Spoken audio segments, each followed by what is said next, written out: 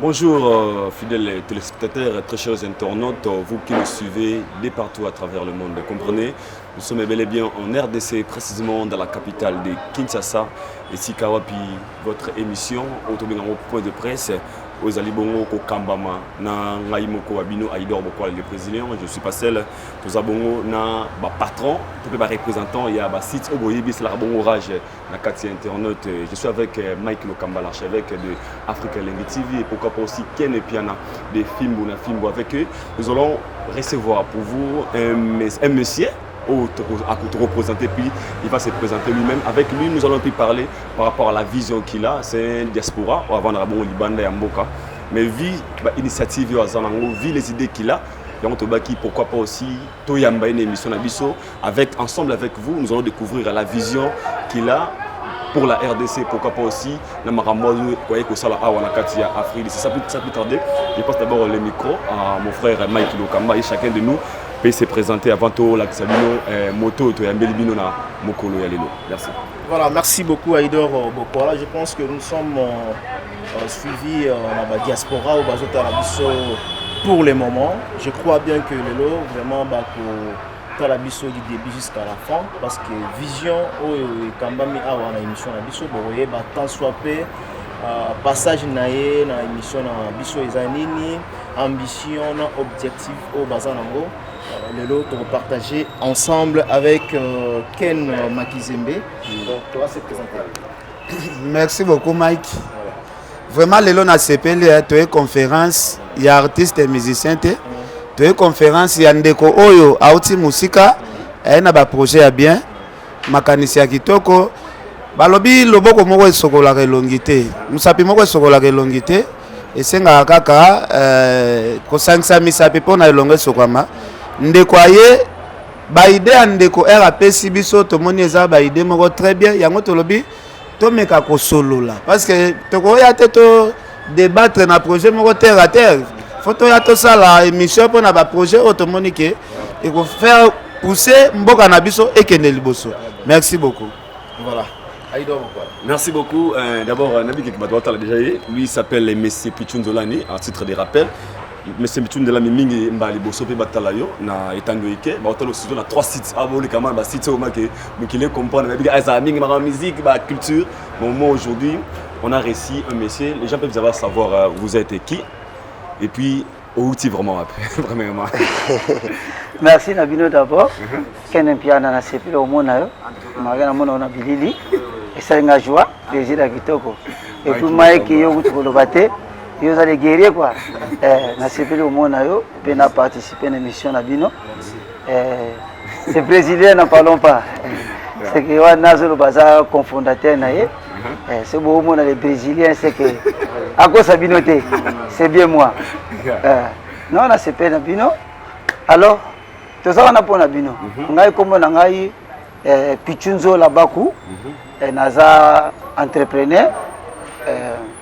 Dans l'Afrique du Sud. Alors, na meka ki moko ya poto solo na ba peuple congolais bande ko na biso ba congolais pour na ba initiative to sala ki nango parce que mutu so akeli bana mboka singa kazonga. Tabana Israël bakendaka Égypte. Ata 410 ans mais na suka film bazonga na mboka na bango. Alors, biso pe to yepe mais to ngaki to yape pa mbate to yepe na ba initiative aussi tu es basé ming pour na jeunesse congolaise. Et en moi nettoyer mais bon et on a fait au lieu de mingi à vous la parole. Merci beaucoup. Nous avons tout le problème. La première question rapidement tant la moni na polo na yo to moni initiative initiative dream support young dreamers initiative support young dreamers. D'abord premièrement c'est une question pour moi. Qu'est-ce que signifie support young dreamers? Bon, et ça, inspiration mobo, et ça, inspiration mobo, et ça, moi, je recherché dans le monde, surtout dans la génération, la jeunesse, tout ça, nango. Tant que nous avons une initiative support young dreamers, et ça, la initiative, on a joué pour nous soutenir les jeunes rêveurs. Alors, tant que nous avons une initiative soutenant les jeunes rêveurs, et ça, soutenant la première personne du pluriel, c'est que nous tous. Ils ont raté, mais nous tous soutenir les jeunes rêveurs. nde yango na miki ko tiana sur terrain eza plateforme moko eza a politique mais ezali eloko moko tozo lancer pona plateforme nyonso eza ya ba papa ya ba mama ya ba jeune et puis eza basé mingi sur l'environnement et l'éducation de la jeunesse.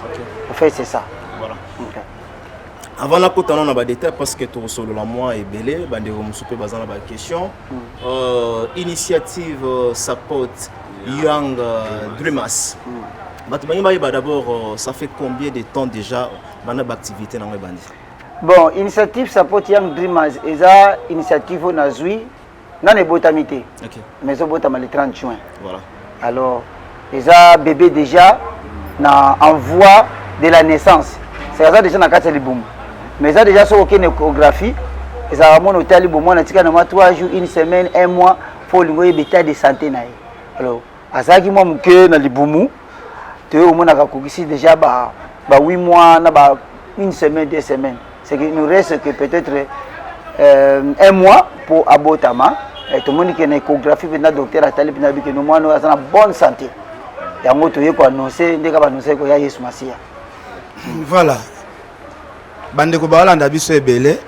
Na habité depuis to bande émission, c'est comme si ba projet na yo ozanango na habité misala nini ezala na kati ya société ozo sala toyeba et ko produire misala nini na kati.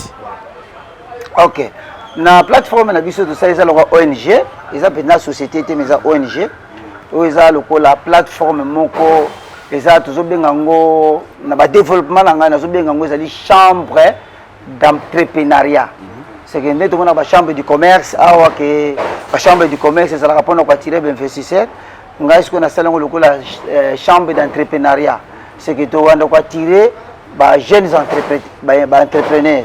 C'est que nous avons des talents na bango, des civils ont des talents, dans Zobino Boité, vous avez des talents. Le lot, vous avez Ken, vous avez Mike, vous avez Ido, ce n'est pas facile. Vous avez les talents. Alors, nous avons soutenir les jeunes entrepreneurs. La idéologie on a vu. Ça va à mon côté, mais qu'on a la paix, il y a bisognoso. Surtout que mon tour après ça ngamo idéologie on a na vitesse boye. Et ça y moko son excellence le président de la République que j'ai salué en passant, Fachi Beton, il n'aime taper ça idéologie o. Ndé na yé pour na to sala yango pour na ko susciter to luka ba jeunes entrepreneurs o bazana talent. Et ça ba jeunes musu bazana misala, bazana ba talent na bango même. Se propulser, alors nous sommes là, nous sommes venus, tout ça la chambre d'entrepreneuriat. Tout bazan na talent. Dans toutes les plateformes. Tout ça on a pour encadrer, tout ça on a pour conseiller, tout ça on a pour promouvoir, pour propulser bango. Tout ça on a pour financer bango, ba projet na bango, mais na quatre initiative support Young Dreamers. En fait c'est ça. Merci beaucoup ngai question na ngai liboso ezali bozana pona ko soutenir na zokayo na ko financier ba parce que tout le monde a dreamers ça en anglais qui signifie bato bazana ba rêve parce qu'il y a plusieurs jeunes na Congo après bazana ba rêve peut-être la possibilité ba moyen pe ya ko memelango ezali d'abord vous premièrement début à votre il y a votre comment dirais-je il y a initiative de votre part vous allez commencer d'abord il y a refond la moi compagnie ou bien pour aussi aider. Qu'est-ce que vous envisagez pour la jeunesse congolaise? En fait, ce que nous avons vraiment manqué, nous avons une initiative en 2020, en octobre, nous avons même Natal, nous avons investi dans le Congo, nous avons manqué 11 ans, nous avons fait ça. Alors, tant que j'avais une idée d'investir dans le domaine de l'eau potable. Comment tu peux savoir que bien comme là parce que na ki a na Kinshasa batumi bazo sala bino mai bazali kaka ba expatrié ba chinois ba libanais ba indien ba pakistanais ba bangladesh alors na ngaki na ko pesa peuple quinois surtout congolais na ba neto continuer to pesa ba mai bien ta comme là parce que tout le monde a mission mususu tout le monde a mission mususu batu bazo mela ba mai au fongoli pompe bo mai bi jaune. Alors, si vous avez autorisé yango, mais si vous avez un cointar, autorisé yango passer au là et puis monsieur Subaba, désert. Alors, nous avons tout mécano confessé, tout mécano sungane, tout coupé sabatou, maya malam. Mais tant qu'on a tali, nabi mais ah ko pesa bango mai eza bien ba expatrié bazo mensa bango ba mai wana est-ce que bazana mu ba peuple ngo fo yeba est-ce que bato ba mensa bino mai bazana mu na bino po mutazana mu na yo famela oye pazo teka mais j'ai senti que ebele bazo teka ba mai yawa ba tchango na ba milangi yo ba pesi ba kombe belé ti e komi na ba kombo ba pays mais na suka film ba mela bango ngote bazo yaka ba kombo mususu ba Suisse mususu ba Canada mususu ba Amérique mais na moni ba tshepeta Congo te onga zaki na bula ko tia na ngai Congo poto za na fleuve na biso oyo eza recherché na monde d'Afrique mo bazo luka mai na biso mais bazo tshaka ba kombo ka ba Suisse ba Canada ba Belgique ba France ba Hollande ba Rwanda comme ba kombo moko boye na Congo kutu oyo bazo melisa eloko te alors tant qu'on a tel na moni ke mai ya ngome ba plastique ezokende wapi bon ça va mais ça déjà virus quand na terrain qu'est-ce qu'on peut faire comme virus déjà boit comme na terrain ngai na lubi kino moi na boka susu virus nanga ezati vomina ya siko antivirus nanga siko nde na yé pour na recyclage ya ba plastique oyo ezoko bebisa Kinshasa pe mboka na biso Congo c'est que na yé na pour na ko recycler plastique na cadre ya environnement. Et puis quand on a plastique on to recycler to tika on ka pamba te pour ça to recycler ça le auto lokoti to chango wapi monte ça sous la question alors on a yé pour na recyclage pour na couper sa seconde vie na plastique auto mona pour to la sabino que plastique auto ko négliger ou comme le biso ba maladie comme le biso ba pollution et ça l'importance peut sous kaka na kati ya mboka na biso to ko sala ngo biloko ebele. En fait, il y a un cadre d'environnement pour le recyclage, il y a des plastique, pour la transformation, il y a des biloko pour développer. Voilà, merci beaucoup, M. Patrick, M. Pichou, pardon. Initiative Support Young Drumas. Les lions forts. Voilà. Là, aux Zoluba Awa, parce que tout ça devant la télévision, aux Zoluba Awa, oui, pour nous soutenir, non seulement pour soutenir, pour financer la jeunesse congolaise. Bah, belé la vote la biso baroba, mais pour soutenir yango et aux alana critères ni yango. Alors, on a à quel moment, initiative ou bien na critère nini, initiative Support Young Drumas et pour soutenir. Bon, dès la lobby que ça dit chambre d'entrepreneuriat et pour soutenir jeunesse, surtout dans le targeting na jeunesse parce que tout le monde a battu et belé baleka ba président. Sur total, le rôle de la jeunesse congolaise c'est une chance mais c'est une malchance. Pourquoi la jeunesse congolaise c'est une malchance mais c'est une chance? Sur total, premier président de la République démocratique, il y a la République du Congo. Azaki jeune. Ancien président, fait président Koufa Kasavubu, il avait plus ou moins, si je ne me trompe pas, l'âge à 43 ans. Non, deuxième président d'Azala jeune. Le premier président, Azalaki jeune, Kasavubu, Azaki a 43 ans. Azala jeune. 43 ans, on est jeune. Même si on a 60 ans, on est jeune. Mais Ezaka Suko Onde na génération, génération. Parce que première génération, ils allaient de 0 à 25 ans. C'est la première génération. 25 ans, de 26 ans à 50 ans, deuxième génération. De 51 ans à 75 ans, c'est la troisième génération. Et quatrième génération, ils allaient la génération à partir déjà 76 à 100 ans. Et ça va chaque 25 ans, c'est la génération. Alors, si on dit que tu utilises la deuxième génération dans le pouvoir du Congo. Parce qu'il jeune. Parce qu'il a 70 ans, parce qu'il a 60 ans. Alors, au moment que Bayaki va diriger Mboka, parce qu'il a une influence mingi à proposer les jeunes. Mais parce qu'il change, jeunesse, ça soit qui change soit naté. Yami Balaye a zuppé les sous pouvoir na âge il y a 30 ans. Mobutu 35 ans. À ça qui jeune. Mais à ça les sous 30 presque 32 ans au pouvoir, jeunesse a profité. Tu raté. Tu es le troisième président. Mosé Laurent Désiré Kabila. Aïe. Grâce que Azalaki na deuxième génération, était ma quota qui déjà na troisième génération. Azalaki sous génité selon les statistiques nanga nazo sala. Mais Azalaki déjà un papa. Mais Azalaki na idéologie où il y a population jeunesse congolaise. azaki na idéologie va proposer jeunesse congolaise mais azwaki chance wana te to perdre. Alors toyo komona ke na 4e président tozongi lisusu na comme na réincarnation ya Mobutu na âge à 29 ans un jeune a sous pouvoir to beteli maboko to sepeli mais toyo komona ke azaki na ba initiative ya bien mais problème ezalaki ke à travers qui na batu oyoyo ba travers qui na ba génération échouaki.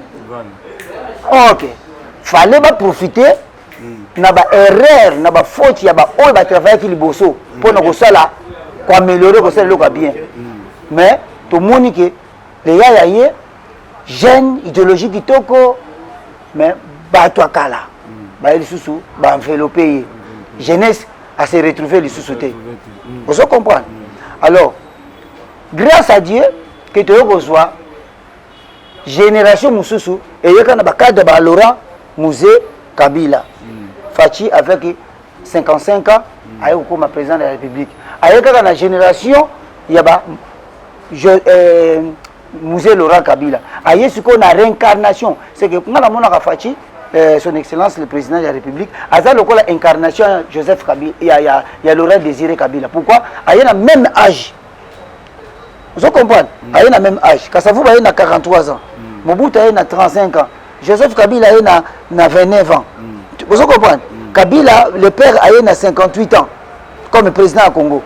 Moutou Moussous il y a âge à 55 ans. Alors, tout à l'heure, tu vois comment Fachi il y a une logistique.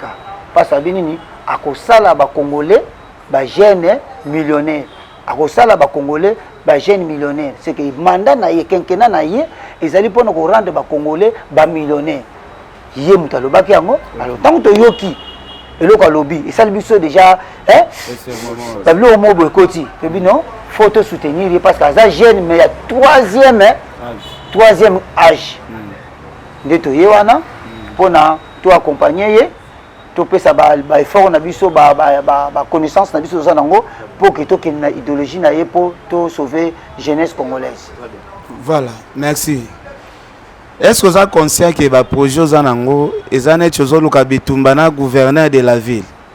Parce que musala o ezo senga premièrement ozala nanu na osala na balage ko balaye ba mai parce que ba milangi onyo surtout et tonda na ba mai na biso elekaka to mituna kutu ti lelo nde nini to monaka ba mai basukola ngote parce que to yebi na époque ya Mobutu parce que selon discours na yo ezane tozo ignorer ba président nyonso baleka donc osala ki fanatisme ya président Fati mais to mona na époque ya Mobutu ba mai oyo ezalaka koleka bazala kolandela suivi nango bazala sala ba soin ya ba mai mais lelo zo sentir pena que so leki na ba mai kende ata awa na nini na première okuta na pona milangi et bloquer mai milangi et tonda plein ce qu'on a ba idée aux anango est-ce que premièrement au monaki gouverneur de la ville bosola parce que za tâche ya misala oyo ifasa la pona ville à Kinshasa yo oye kozango na mabo tazana habilité quand même ya musala wana. Merci pour la question. D'abord, un a politique, na sala politique, mais je suis congolais. C'est une politique déjà. Kobata maté, au sala déjà politique parce que ozolo bobi, mutapé sur ba idée oyo ye dango, ezaye moko président de la République.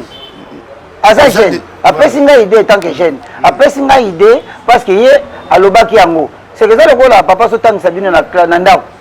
Mais que papa so tang so na ndako na maître oyo tang sa na école, il y a différence zali. Parce que papa so tang so na ndako za maître. On ça déjà en avance par rapport à oka okeyo yo ki ya lobby. Mais ça derrière mususu maître ko papa na yo ko yebisa yo, maître na yo ko yebisa 1 + 1 = 3. On dit mais papa na yebisi yo 1 + 1 = 2. Oboyi papa na yo. Vous avez la vision. Pardon. Ndengo za besoin assurer biso za na vision ça la paix politique était un jour. Au moni ngai, là na ina ya vie nanga, oza politicien. Ngai pardon. Baja ya makambo to mona ngotro. To mona ngwe pa bande ko Eliezer. To mona ngwe pa ba Daniel Safu. Ba yakaka biloba ba ena tina projet moko boy. OK ambition na bango ezala ba koma ba politicien.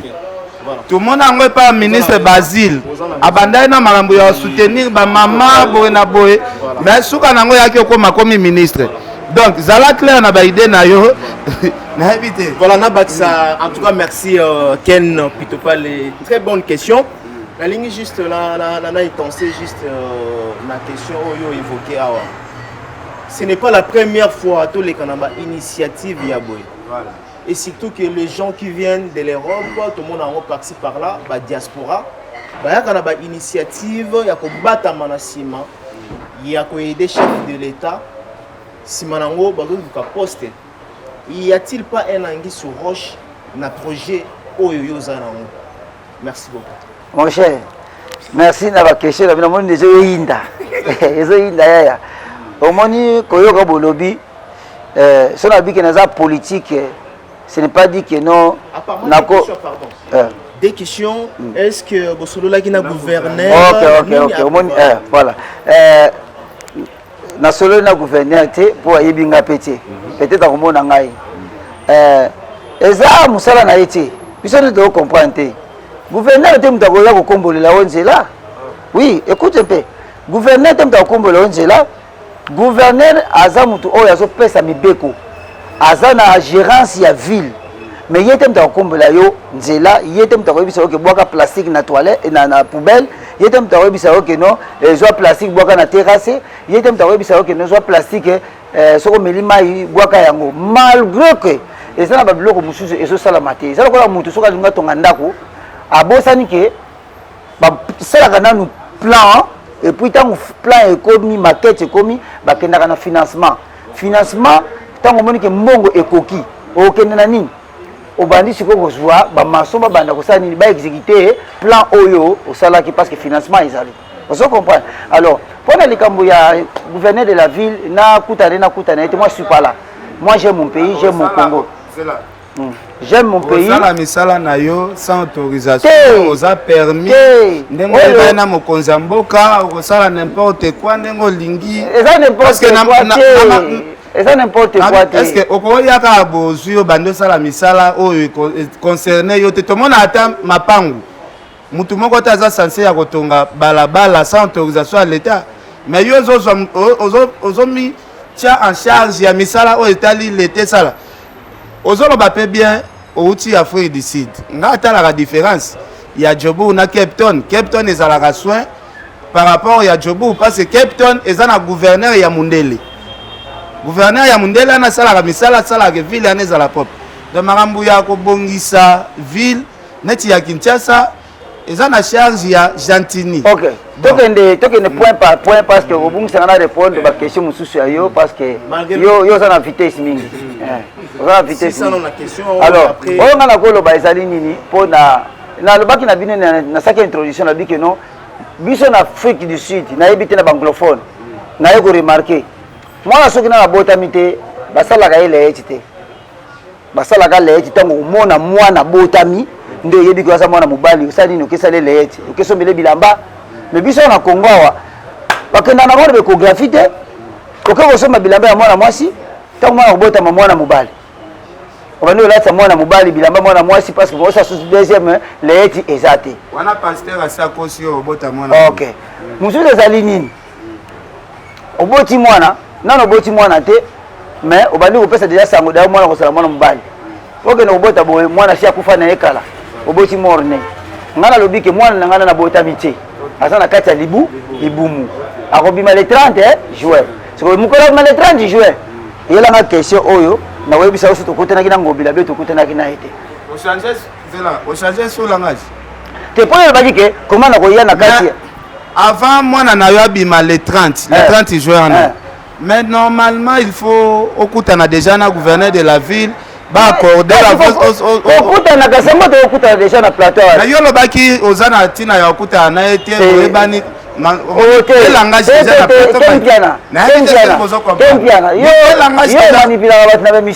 langage déjà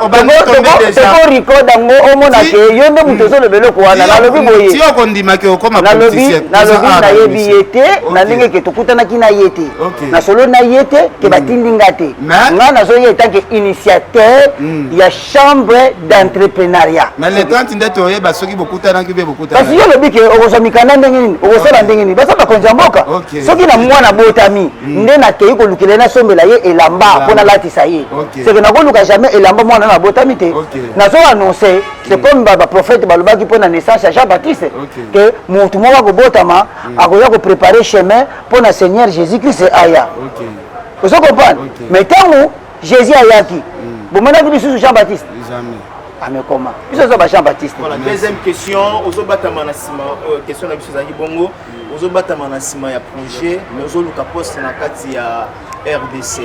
Que pensez-vous? Mike, yo yana jobu. Déjà. Oui, bien Aristote. Yo bel Aristote. Déjà tu es bana avant. OK.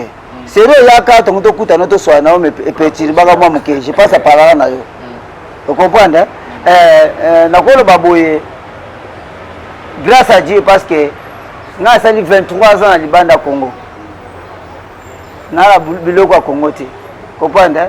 Na biloko à Congo te. Nous sommes des jeunes entrepreneurs. Mais boya kaka boyisi. Bao bayaka mingi comparate. Yo fana te. Nga sala poste te. Nazo nako beta no gazon te. Vous comprenez? nakobeta no gazon te na maloba no suka les amis ya ozo jeter ba fleur mingi asa jeune yaya omoni fachi beton soko lingi fachi te yaya obomi Congo ezo ma flatterie maintenant eza fraternité soko lingi fachi te obomi Congo pourquoi ce qui a changé biso bata diaspora to betela batu maboko to simbela pe batu mabanga nde eloko to ye na ba jeune kinois to lakisa bino si ça je beta maboko si ça je simba libanga pona nini soki na zozongela bino na pesa bino ba extrait musuto ke na ba bible boko comprendre que eza na ba prophète o nzamba utilisaki na bible ba jouaki ba rôle eza na Gédéon azalaki juge Jephthé azalaki juge Jérémie azalaki prophète David azalaki roi Jean-Baptiste azalaki prophète mais so tali ba rôle ba jouaki okomona ke Jephthé akomaka juge pourquoi nazo beto siko lisolo pour mon initiative nazoya nango na bula ba kamikaze comme ba Jephthé lokola ba shege omoni ba shege baza ba Jephthé na posa ba shege zela pardon ozo comprendre nazo kende loko moko kokatanga te na kende loko na pesi bino ba synthèse na yeba ndenge ko lakisa bino ndenge ko pesa bino ba explication ya biloko nazo loba ngai na ye pona sala politique te et ne sala ka politique te. Tu ne me verras jamais député, tu ne me verras jamais bourgmestre, tu ne me verras nazo le bango na chaîne batu bazolanda et puis garder mon colo nazo bisayo. Le 24 mai. Yango nazo bisayo na ye pona ko na ye comme initiateur. Voilà, oui comme initiateur. Donc voilà. Surtout tozo beta c'était na mambo parce que toyebi makambo ndenge ko maratina suka. Yo lelo solo ba non c'est pour benga une initiative Young Dreamers. Non c'est pour la ko benga bon. Ils ont très belle initiative tozo applaudir yango tozo komisa yango. Mais olobeza mwana sika nani nano botamiti. Ba garantie garde-fou nini oyo bino lelo bozo sala parce que Kinshasa ville capitale ils ont regorgé plus de 24 communes. Je pense pas que mambo ngo sala a eza facile. Bozo prévenir nini na côté Italie ndenge zo ba a sala recyclage il y a ba plastique c'est là. C'est facile aujourd'hui. Il y a toujours la facilité quand il y a la bonne foi et la bonne volonté. Pour la jeunesse, il y a une idéologie à Jephthé. Quand on parle d'idéologie à Jephthé, il y a Shege. Au moins, il y a un négligé, il démini trop. Au moins, il y a Shege. Ça, tu as vu comme cadre bangoté. Après 10 ans, après 10 ans âge, tu tu as Ken Piana ya Chege. Vous comprenez? Après 10 ans, tu as Ken Piana ya Chege. Après 10 ans, tu as Mike ya Chege, Aido ya Chege. Vous comprenez? Alors, c'est ça. Vous katanga. Non, non, projet à bien. Même beaucoup outils en Afrique du Sud. Kuna tomonaka bamakelele otoyoka partout na Kinshasa awa ezalaka te. Pourquoi pas koya na makanti kokota projet peut-être na l'état que non baby éducation ya bana parce que yo moko utolo bango olobi soki to encadrer ba Chege wana bien te après 10 ans obi ba langage utolo ba mais est-ce que ndenge to vivre na mboko makelele la église makelele la babar bana bazotanga liso bien te après 10 ans ya ba makelelo ezosala bana batanga bien te oza surtout ya ba Chege ko diminuer soki yo o encadrer bango bien ba musique ya naka so ezo continuer ba makelele la babar ozomona te que toi ba Chege bandaka kokola de jour au jour. Ok, Ken Piana tokende molo olingi yo embrouiller ngai poza na ba vitesse mais nga na kocho na se po tokende na message oyo yo po eza très important bozwi chance et puis bozwa chance oyo bosala na bino ba view mais bomona eloko so bo cible ngo bien bo boaki ngo bien bozwa ba view moko bo oyo yo eko booster bino parce que ce que je regrette beaucoup, la mission les kaka awa et c'est la mission kaka au moins il y a théâtre, il y a musique, il y a politique.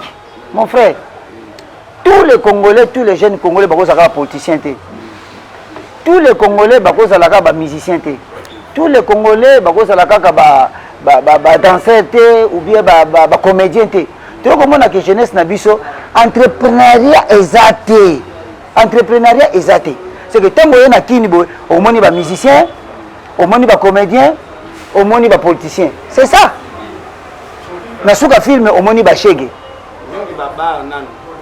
Yamona solo bate, to moni ba Chege. Oh, soki lelo ba Chege bazu misala. Hein? Soki lelo jeunesse o eza Chege te, ezu misala. L'église, ils ont un problème. L'église est belé au Kanga. L'église est belé pour se délocaliser. Parce que conscience du peuple est pour s'éveiller. Le reste de la Bible dit qu'il y a une église. Et combien belé? Est-ce que toutes les églises vont passer au Zamabengi? Vous comprenez? Nous sommes tous les gens comme vous la Bambongo. Parce que si vous avez un fils, vous avez passé la longue lamba, babundi, pour nani, pour nambongo. C'est pour moi, je ne vois pas où est l'église. C'est important pour nous, tout ça pour ça, les jeunes, en entrepreneuriat, les jeunes, ils exposer leurs talents na bango. Et ça tout ça na talent musique na bango. Kaka talent kaka Congo, kaka talent musique, kaka talent ko sekisa ba comédie, kaka talent ko lobaka ba français belé kaka pour ça la politique. Nous ne sommes pas là. Tu vois ça, toujours fongola nzela, comme na biki nazali Jean-Baptiste. Nazo fongola nzela. Dans la nouvelle génération, il y a des jeunes entrepreneurs congolais. Comme président de la République, il veut faire des Congolais, des millionnaires. Mais quand on fait la politique, il faut comme un millionnaire, il faut faire la politique. Je ne suis pas là. Je ne fais la politique et je suis bien. Ken, tout Aristote. Je suis bien, je vis bien, je mange bien. Na somme mutu kana politique té, na ibi politique té na bima Congo. Na bima Congo, na sali 20 ans. 23 ans na banda Congo, politique ngo na yebinga, yebinga. Pour une émission, pour une voter bon, na district ni. Yebisa na district ni. Na district ni ba voter nga. Yebisa na district ni ba voter nga Lukunga. Question ngaza boy. Moamba. Question ngaza boy. Par rapport ya eloko lobi, ya weko sala nini recyclage ya ba plastique, comment ba to ba plastique pour na anti-virus disons. Au boy ko sala compagnie ya Mai. Vu que maï et ça la plastique, les plastiques tout bizarre la raison aux autres ça va problème le Congo na ville à Kinshasa va inondation va la boucher parce que la plastique wana yo bi que on a besoin de plastique wana aux yango. La première question la plastique wana aux yango d'abord ndenge nini après vous plastique wana au sel la plastique wana nini et puis Vous avez déjà, chef de l'État, vous avez déjà financé peut-être par le chef du gouvernement congolais, ou bien budget, ou budget personnel, expliquez-moi un peu par rapport à la vision aux annonces aussi plastique. Ce qui n'a pas compte, c'est chef de l'État. Chef de l'État, il est bingate. Peut-être au monde, il est bingate. Il kaka kopé sa apport nangai na malobaloba kike to ya investir. Tout le monde va diaspora est belé mon cher Bozawa. Ba musu ba yema boko na makolo. Kaka poto zalaka na président to bundaka to zalaki na kini to ndo sala na poto jido ba yeboye abengia aye to zo mona ngo mais apport nini bazo même la jeunesse ba même la binoni. Ba musu ba yena makolo. Mbala moko 3 jours une semaine yana jeep parfumé yana comme kotambola bandako comme belé. Nous ne sommes pas là. Un vrai serviteur, un vrai maître, c'est celui qui sert les autres. Jésus a dit que ce que l'on comme un grand, il faut la serviteur et bamisusu. Quand tu ne sers pas les autres, même ce que l'on a dit cravate, tu es le plus malheureux. Je comprends parce que Jésus a dit le bon berger vient pour donner la vie et la vie en abondance. Yo aussi au monde, aux gens même na yo, na qualité mobali ko wele ko luka ko mela miliki. Oza na ngombe na yo mais on a qualité mais yo na ba on a comme la miliki. O mo to so violer. O so violer. Parce que ça a agité ko bimisa miliki o so na ko posa kolisa ye, lié ça ye, avimba. Tant ko la miliki, c'est tout à fait normal. Maintenant ça sera pas ça va passer comment pour na recyclage à plastique, to recycler. Ngai na initiative na ngai na ye na musala ya kopesa d'abord ba diminue ba to tozo négliger oke baza na monopole ya kotombola mboka oyo les chege les chômeurs bango ne ba kotombola mboka oyo to ko ramasser ba plastique tozo luka ndena bimwana na botamite toza na centre de concentration tozo sala déjà ba mikanda na biso ba stratégie na biso ndenge nini ba ko recycle ba ko lokotila biso ba plastique tango koma wapi parce que ba machine eza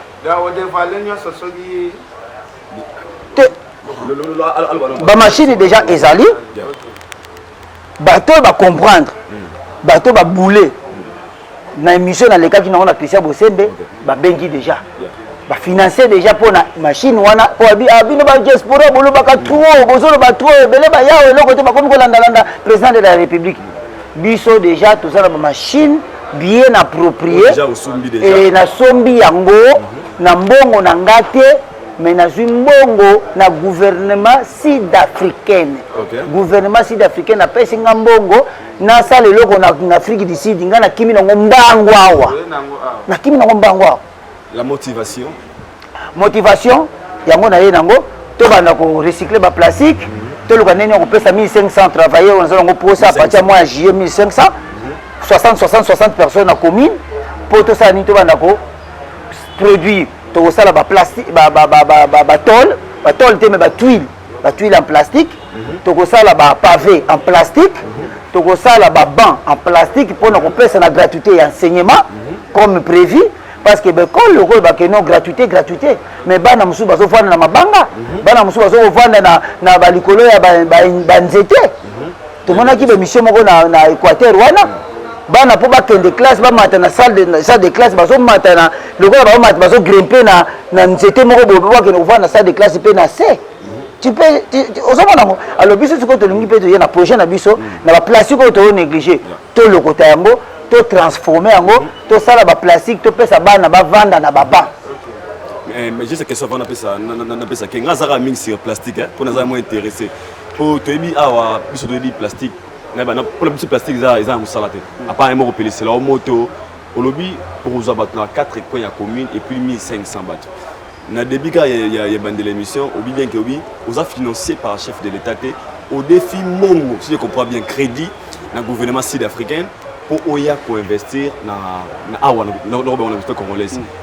Tu ne vois pas que si aujourd'hui le projet aux Anangwana et PCO peut-être Oyo ou Lingaro Zoate avec les gens que vous allez engager au Soukanaba on peut faire comment?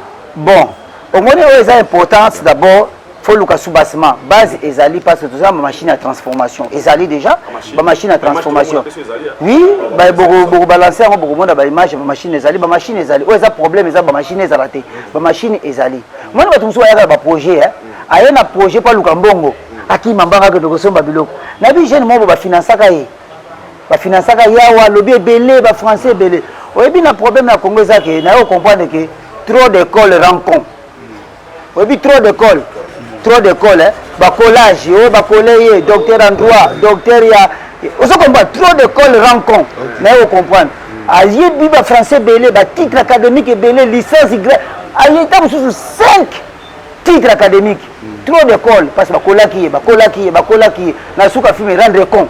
OK. Azumbongo akei aya c'est biso za bongo te. Biso za bongo te.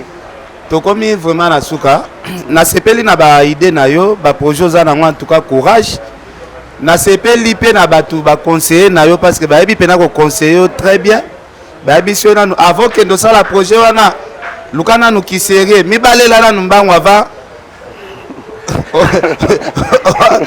en tout cas ba conseiller na yo na balaki mkonini peut-être au balika mbangu po moi na liboso na âge 9 ans. Ah OK. Comprendre projet ils na libumu ils na 8 mois il me reste 1 mois si on a mi balé likan non il fallait que expliquer biso parce que bato mususu ba za na moi compréhension mo bizarre ba tala que ti olati alliance wana peut-être balika mbangu po erole ka ba TV ba mono pena serré makasi mais eza idée ya bien ngai loko na yo ke lo mawa kaka lisolo ya financement ndenge ndeko na biso autotune lisolo ya financement parce que idée eza nango très bien mais to senga ero ko banda to ya pe wana to accompagner pour la visibilité et ça la biso bien je pense que comme na suka juste parce que tu citais déjà le oni no senga na peuple congolais na initiative ya kitoko oyo uzana na osenga la jeunesse congolaise ezali nini faut mutu na mutu ayeba talent na ye comprendre mosusu bakomi kosala copier coller ya batalent esimba te mpo kaka mike azosala baview 40 000 view nasomi mwa caméra na ngai nasomi mwa computer na ngai alemba moko kaka lingala ebele mbala moko komi journaliste copier coller ya batalent yeba oyo oza yeba nini nzambe apesi yo okotia yango wapi nde omoni toye na structure oyo ya kotia mutu na esika na ye soki yo nzambe alakisi olo na madesu kolona ngai te po mutu ayebi kolona ngai yo oyebi ete olandaka mpo moninga aloni ngai me yo ke olona yango oyebi te atiaki filme nini ozo comprendre toye koéquipe jeunesse congolaise toyeba ke ata soki na université vino ekozalaka na université mon frère biso tomona barompo ngaba te tosuka na se tomata te tosukaka na se tomata te toyebi rompo ngaba te likolo kuna tokenda te mais so tosoya no bomuta omona lokola kosala université soki wapi non fo yeba place nini nzambe atie yo jeunesse congolaise biso nyonso tokoki kosala eloko moko te biso nyonso tokozala bachroniqueur te biso nyonso tokozala bamusicien te biso nyonso tokozala bacomédien te toyei kotia structure ya kotia mutu na mutu na esika na ye mpe ayeba talent na ye. Merci, très bien. Tout ça c'est la question moko kaka juste parce que balobaka lobia oza politicien te mais yebango que si vous faites pas la politique la politique vous occupera de vous. État de siège au mokonza mboka Aouti Kosala récemment votre idée, votre réaction. Bon, peut-être qu'on peut sa réponse n'est pas un politicien pour nos politiciens, mais il faut voter à fruit état de siège ils ont porté. N'a évité, ce que c'est porté à ma baie. Vous êtes pour ça ou comment? Mais on a l'habité, voter à fruit nango. Vous avez des informations. Le vrai état de siège vous avez sous un volcan. Et bien on bien. Vous comprenez?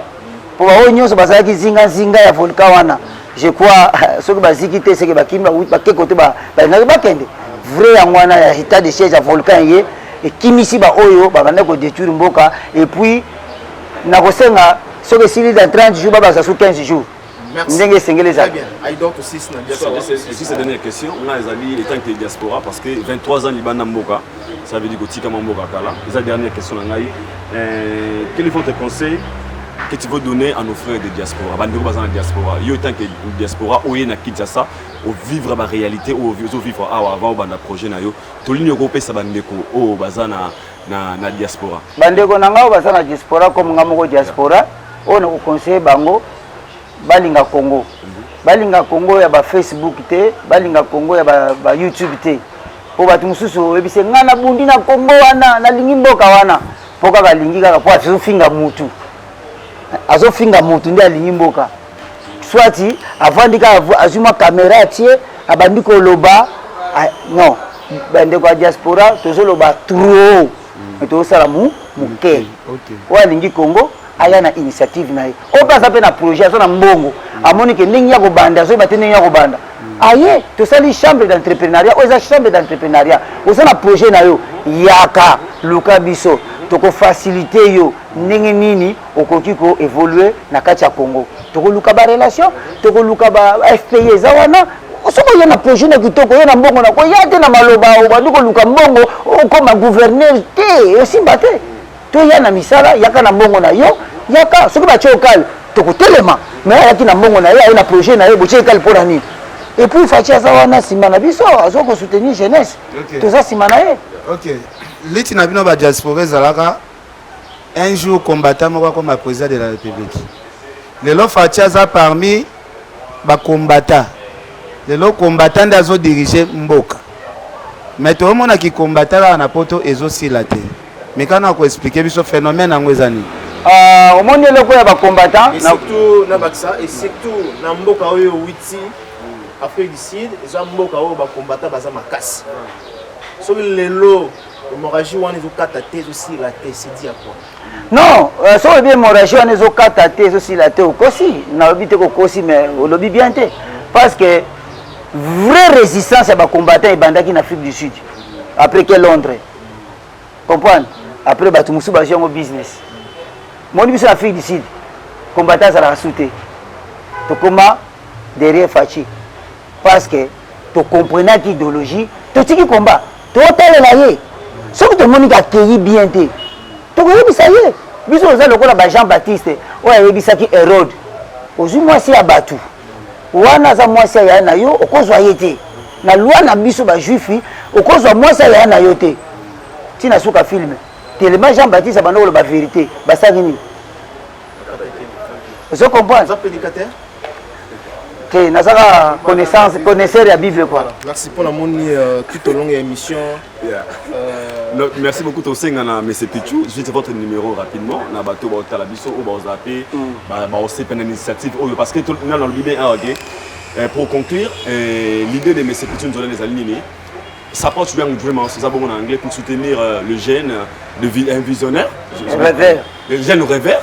Les visionnaires Monsieur Pichou nous les o aina awana kati ya Kinshasa.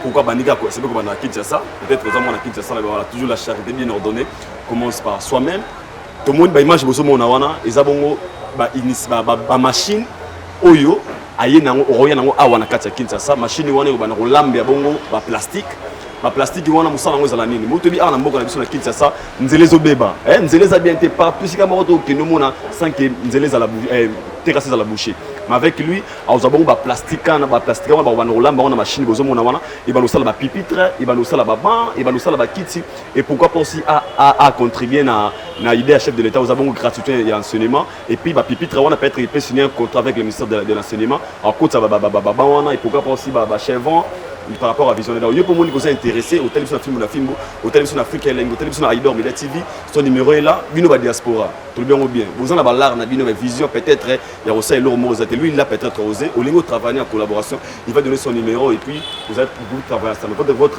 dernier mot et puis votre numéro de contact dernier mot n'angeza que merci d'abord Nabino vous avez jeune rêveur je vous soutiens et vous avez vraiment un soutien nangai na musala bozo sala c'est ça ce qu'on peut faire nabi ko sala mingi ba musique ba nini mais biloko pe beaucoup tsango moni so bozo makaba tu quoi moko et ça peut bien te ba jeune baza dispersé entrepreneuriat ezate mais tant bozo ta par semaine to banga ba no déléguer bino parce que na zona kata centre de réflexion na ba no déléguer bino ba to na no Mike aido kene ozo mutu oyo to support bino pe na mwa musala bino bozo sala a passer vision na ye o moni tango zo le kaka e bakisa bino ba view e o sala bino elengi e o sala pe mboka elengi po ba to bazana ba talent ebele mais bombami o lingo le kana émission bo basengo $1000 o lingo le ka boye okuna mon frère nga zana vision ça va faire plaisir au lieu que ça terme sous na simona et le goya mais bon c'est comme ça je vous soutiens